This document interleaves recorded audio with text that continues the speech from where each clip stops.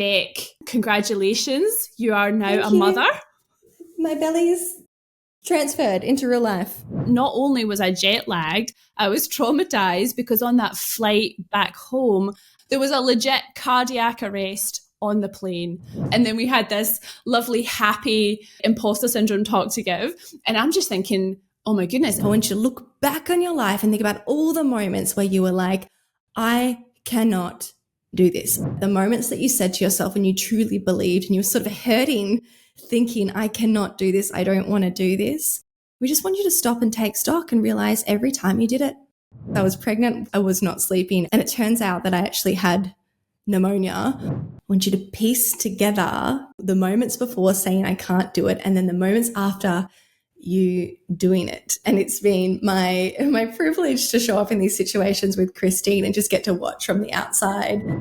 Hello, my beautiful friends. My name is Dr. Beck. And I am Christine Barker, and this is Am I Doing It Wrong? A podcast for doctors by doctors. Every week on the pod, we'll be bringing you conversations which shine light in dark places, normalise the doctor journey, ease unnecessary suffering, and give you actionable steps to thrive in all facets of your life. So grab a cuppa and get cozy for this week's episode of Am I Doing It Wrong? The podcast for doctors by doctors. Okay, hello, welcome back to the poddy. Our beautiful friends are Dr. Humans, and today we have a very vulnerable little episode for you, which is all about those moments in time where you think, I can't do this. And I'm going to tell you, we came on today to do a podcast on that scenario where you think, I can't do this, and you push through and you realise that you have more capacity than you actually have. But I'm going to tell you, today, neither of us are feeling like we can do this podcast. What is it, my fifth go on this intro, Beck, because I'm so jet lagged. Christine's a one-take wonder. She does not do 5 takes. She does not even do 2 takes. She just gets on here and like spills magic out of her bones, every cell. So this is profound. And it's so funny because the last time I was jet lagged, the reason we're talking about this is because the last time I was jet lagged, I got back from Scotland just last night, basically, and really early, and I've had 4 hours sleep, and it's now the middle of the day, and I'm just crashing. But I've got an absolute cheek because, Beck, you are tired for a whole other reason. Congratulations, you are now Thank a you. mother. My belly's transferred into real life.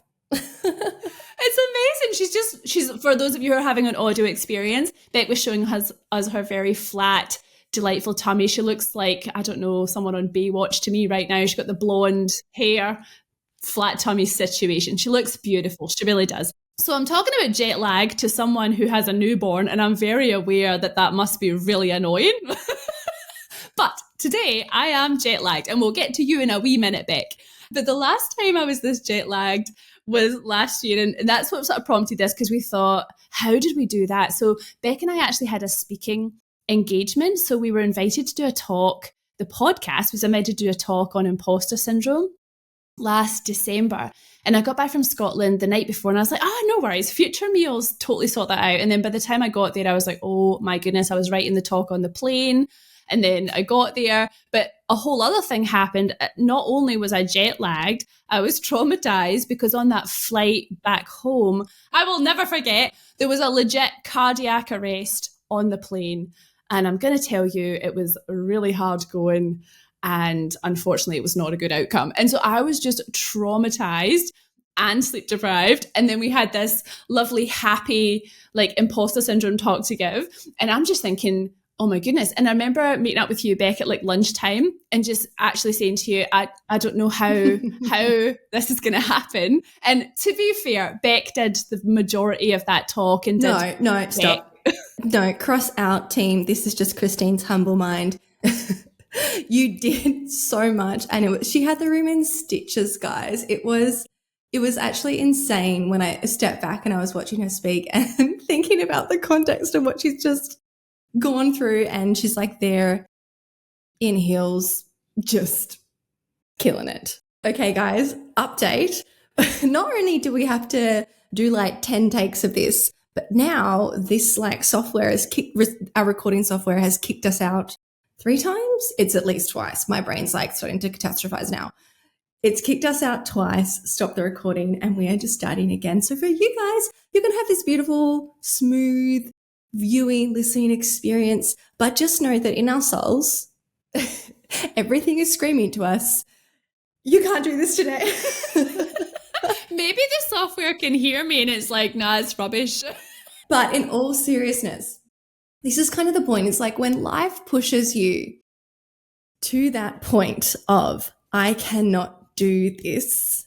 I actually want you to think about this in your life. I want you to look back on your life and think about all the moments where you were like, I cannot do this. I really don't think I can do this. I really don't think I can go forwards with this. Whether it was a day at work where it was either 4 p.m. or 10 a.m. on your shift and you're like, how am I going to get through this day? How am I going to get through this last hour? I really just don't. If it's the night before you're going to work and maybe you're sick or you're just tired, you're just fed up, you're just empty and you're like, I don't know if I can do tomorrow. I don't think I can do this and I don't want to do this.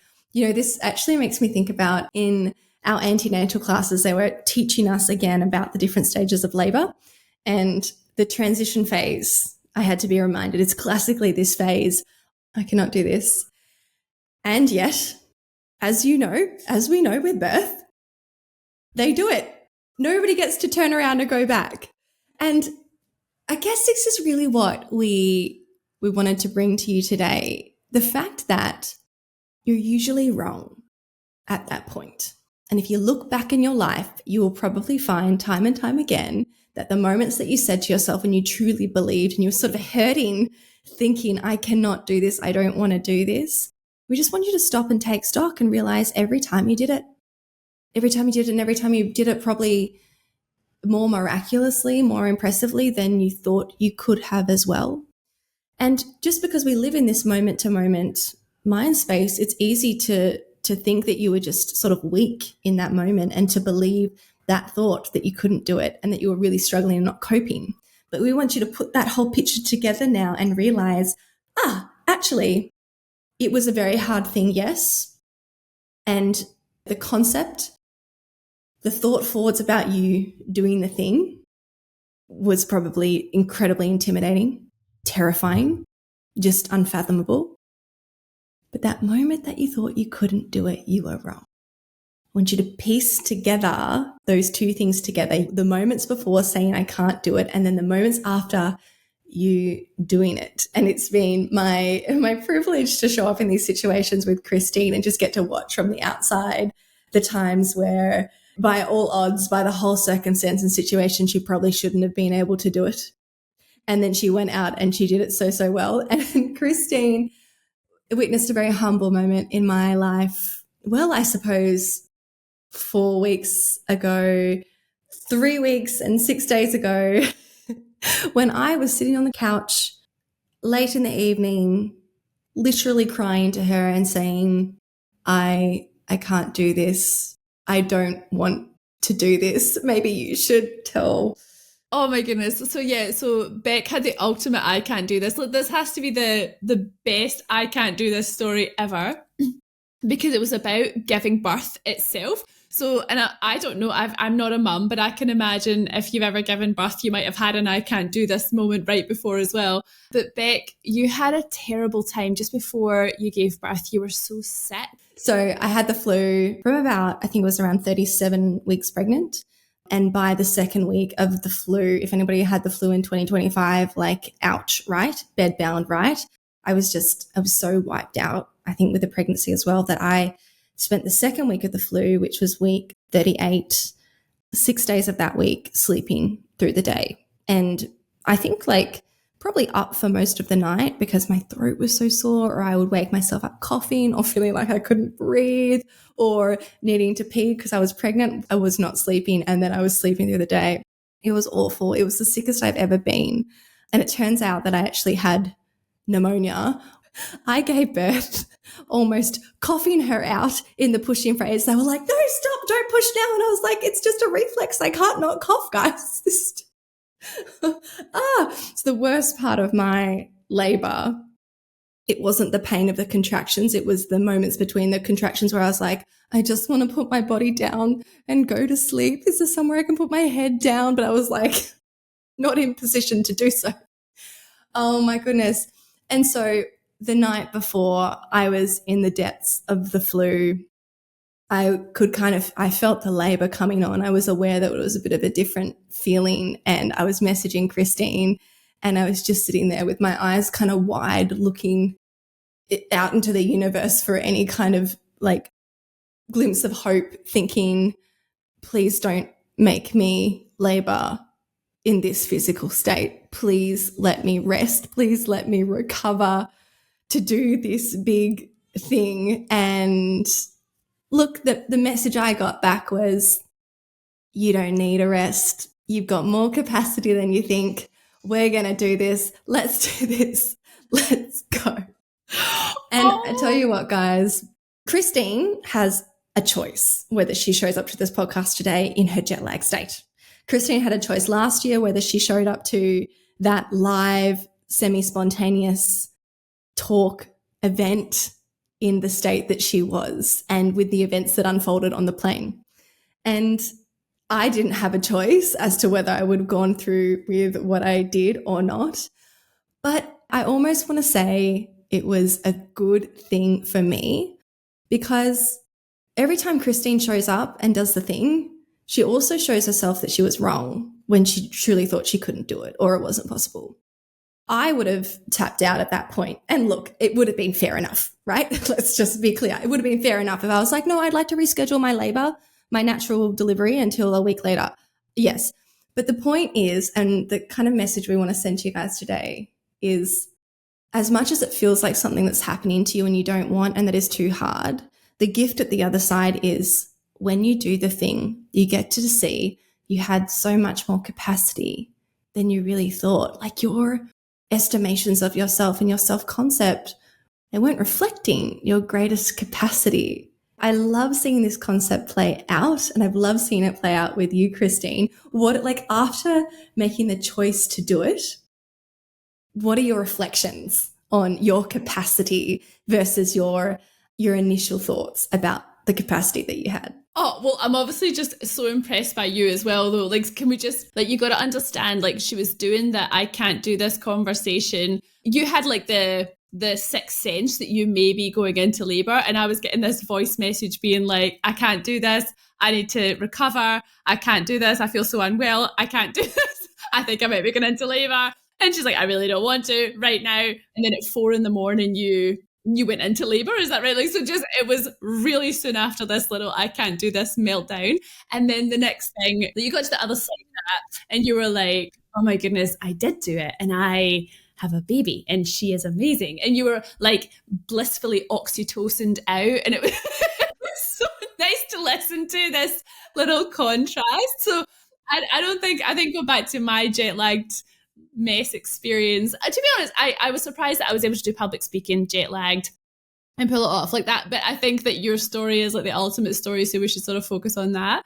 But what's ironic is today I'm wondering, it's so funny because we came on here being like, in those I can't do this moments, you should just do it. And then you'll get that feedback that Beck's talking about how you can do it. And like we say, we've done so many takes and there's been tech issues. And I right now am maybe thinking that maybe we can't do this, which is very ironic and not the point that we were trying to make at all. So yeah, it feels like every time I speak, I do something wrong today. So yeah. No, you know what? This will be a much loved episode by some of you guys. Please give us the affirmation that we need here, that this episode should have happened, because it's just real, isn't it? I think what all of us want as doctors so desperately is to just organize our lives enough, pre-prepare enough, like, even down to like getting your food sorted for the week before you tackle that ridiculous clinical week and being like, this week I'm going to be so organized that I actually get to eat lunch every day, or I have a reasonable dinner each day. Or, I don't know, my car is clean as I drive to work, or just like my clinic letters are like all actually done during the clinic, or at least before the clinic day ends. I think spend our whole lives looking forwards and striving towards the time where we are so organized and perfected that then we can perform well, that finally then, now that we've got everything set up, then we can perform well. And I like that we're showing you just in like a different context here, which is like a very, public context, just like stuffing things up and really being imperfect and yet still producing something that is meaningful. Because like obviously our clinical work is incredibly serious, but also our patients are human and our patients don't need us to be perfect. And we don't need to be perfect professional robots to execute really good clinical care. A part of the thing we want you guys to know is in the moments that you think you can't do it, just recognize how you've proved yourself wrong a million times. And if you've never proved yourself wrong, this is your invitation. Plant this hypothesis for yourself. We've given you these scenarios as well where, and I'll give you another scenario. My partner, before he did his fellowship exams for plastics, he had appendicitis. I don't think it was ruptured. It was like on the brink of rupture, operated on less than a week before he did his fellowship. And this was also during COVID.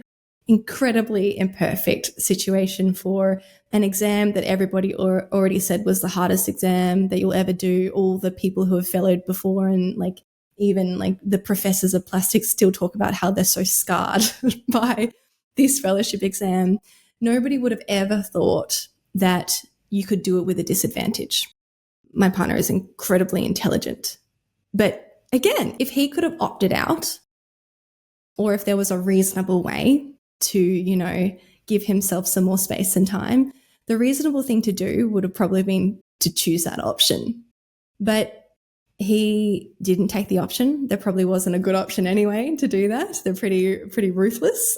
And so he went forth with this disadvantage in a situation where he shouldn't have been okay, and he was okay. In a situation where everybody would have said, there's no way you have capacity to add another stressor onto that situation. And this is what we want you to give yourself the opportunity to do sometimes. Yes, of course, self-care, rest, and giving yourself like kind circumstances is really important. And we do need to choose that as doctors. We don't want to always choose the hard path. And also, if you never choose the hard path, if you never give yourself a chance to do the thing that seems impossible, you'll keep believing it's impossible because you'll never show yourself, oh my gosh, it was possible. I could do it. You literally need to do the thing to disprove the belief. So we just want to give you that reminder, really. It's a reminder today that you do not need to keep making your plan in life to perfect everything and organize everything, create the perfect circumstances so you can do the thing that's already really hard. If you let your imperfect circumstances be present, be just the reality, and then you step yourself into that hard thing, you might just delight yourself. And that, knowing that you can do it even when you're not perfect, when you're not in perfect conditions, when you don't have perfect circumstances, this is going to be one of the biggest confidence builders for all the hard things in your life to come. You never know. You might find yourself in Christine's scenario where you're jet lagged halfway across the Pacific Ocean and somebody goes into a cardiac arrest. I don't wish that on anybody. And do you know what I was going to say though? Because I guess I'm sort of conscious that the message that we're giving today, and I think when you said it there, you really captured it. The idea of this is to understand that you can do hard things. You have more in you than you realize in the moment. But what we're not promoting is sort of burning yourself out. So I guess I was just thinking about how everyone who is listening, you probably have actually a list of things. And even if it's not top of mind right now, just even in the clinical scenario, we had our, life update examples from now that were really top of mind. But ultimately, if you are a doctor, there's probably, before I go to exams, like you say, Beck, even without appendicitis, I hear myself in my head being like, I can't do this. I've forgotten everything. Family meetings after something else has just happened. I can't do this. Just going to clinics some days when your cup is so empty from your perspective, or maybe something else has happened on the ward and you got to go, like, just dust yourself down. And I find myself saying, I can't do this. Or maybe having a super sleep deprived on call, walking into a met call, a medical emergency, just first thing. Like all of those scenarios, and I'm sure there are countless more, and feel free to drop them in the comments below, guys. But I feel like as doctors, even if you've buried that memory, you might have put it somewhere and compartmentalized it, you will have a list. And I was sort of thinking it would be really useful to make a list and just remind yourself, make it top of mind that you are that person that can do things that, you don't think you can do, basically, that you have more capacity than you realize. But we really want to emphasize that this is from a confidence point of view, just to help give you that extra edge when you are just showing up and doing all the hard things as a doctor in your clinical practice, but also other aspects of your life. But we're not promoting like pushing yourself through burnout or something like that. That is not the message here. So I just want to make that extra clear. Yeah, it's hard to walk that line, isn't it? Because I think at the end of the day, neither perspective is like a perfect formula that you can just apply to every part of your life. The point is that we all want to have the skills of both being able to rest and say no when we want to, when it's right for us. We also want to have this skill of, in the moment where every bone in our body says you can't do this, give up, we want to have that skill to question our mind and make a choice that is for ourselves. It's not for anybody else. It's not to prove anything. It's truly, I want to do this and I get to show myself I can do it. It's just being able to turn the switch on for either one. And all of this work, and this is particularly what coaching is about. It's not about, having a right answer for any situation, but it's being able to turn to yourself and be like, what do I want right now? Separate from all the external forces that are telling you what you should do or what's normal or blah, blah, blah. But just, what do I want right now? Do I want to use that skill that I've got of almost like nurturing and protecting myself and taking the rest and the resources that I need? Or do I want to use that other skill of showing myself, if push comes to shove, I'm a human being, and that means that with a bit of adrenaline, I can lift a car, apparently. Just because I've never seen myself do it doesn't mean I don't have the capacity, but I have to be thrown into the scenario to do it. I kind of sat back and I was like, look at it go and wrap up. I can't tell you guys how spontaneous these episodes are. And so how funny it is for me to sit here and watch Christine in her jet lag state. 20 minutes ago, she couldn't form just a normal sentence. She was like stuttering over her words and falling over herself and calling a question and answer. The truth is that asking for help is a skill too. And I don't think I would have got through that public speaking event if it wasn't for the fact that you were on the stage with me right beside me and could rescue me from any dysphasic episode that I happen to have. And maybe the same thing is true right now. And maybe the same thing was true for you in labour because you had a support person as well. So maybe that's also true. If you're having one of those I can't do this moments, maybe have a support person, like a backup human in the room. It is so much easier than just like having to work it out in your mind by yourself, because your mind's just going to be like, yep, you can't do it. And in fact, I would really like to have a rest. So let's just shut this all down, shall we? Hi, Latte. Okay, I'm going to give you your mummy back because I know she's been away for almost a month and you need her time. Because if you can't see, Christine's cat Latte has been like walking around the perimeter of her frame. Thank you guys so much for showing up with us this is some of my most favorite episodes to do, where we just show up imperfectly, because it kind of is the message that we want to share on the podcast. And it is more than a message we want to send. We want to be able to demonstrate that, like, even as doctors, I know you think it deep down in your soul that you need to be perfect and your patients need you to be perfect, and all of the clinical care you need to give needs to be absolutely perfect to be impactful. That is something that we need to undo as doctors for the sake of our, longevity in practice, and also just our joy in practice too. So thank you, Christine, for showing up even when it was obviously very hard. And I just loved from the start of the episode to the end. She's like summarizing, wrapping things up, synthesizing, bringing the points home, bringing the nuance. Boom. Boom. More capacity than you think. All right, my friends. We'll see you next time. Bye. I've been waiting all my life for something. I've been down the darkest roads and